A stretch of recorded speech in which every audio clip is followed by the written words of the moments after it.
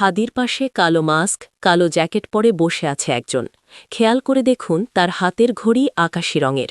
এই ঘড়ি, চোখে চশমা এবং কপালের গঠন দেখে শনাক্ত করা হয় হাদিকে খুব কাছ থেকে চলন্ত অবস্থায় শ্যুট করা ব্যক্তি ছাত্রলীগের সাবেক নেতা ফয়সাল করিম। তার ডিসেন্ট ফয়সালের বেশ কয়েকটি ছবি বিশ্লেষণ করেছে। সেখানে বিভিন্ন সময় সন্দেহভাজন ফয়সালের হাতে ওই আকাশি রঙের ঘড়ি পরা অবস্থায় দেখা যায়। ওই ঘড়ির সাথে হাদির পাশে বসা যুবকের ঘড়ি হুবহু মিল।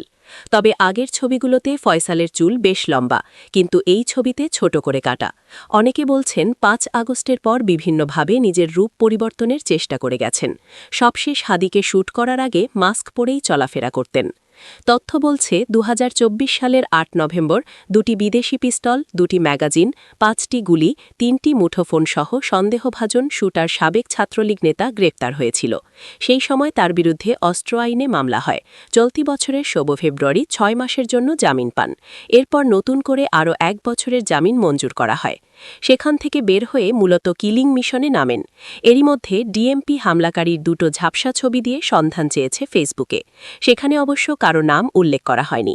তবে যে ছবি দিয়েছে তা সাবেক ছাত্রলীগ নেতা ফয়সালের বলেই ধারণা করছেন অনেকে।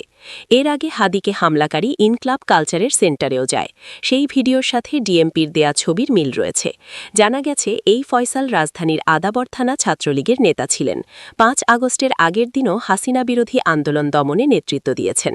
দ্য ডিসেন্ট বলছে দুটি ফেস ডিরেকশন অ্যাপে ফয়সাল করিমের একাধিক ছবি তুলনামূলকভাবে যাচাই করেও ইনক্লাব কালচার সেন্টারের সিসিটিভির ফুটেজের দৃশ্যমান ব্যক্তির মিল পাওয়া গেছে। বিশেষভাবে উল্লেখ করা হচ্ছে হামলাকারীর বাম হাতে থাকা বিশেষ ডিজাইনের ঘড়িটি পরা অবস্থায় ফয়সাল করিম মাসুদের ইনস্টাগ্রাম এবং ফেসবুক প্রোফাইলে একাধিক ছবি পাওয়া যায়। সিদরাতুল মুনতাহা, ভয়েস অফ বাংলা 24।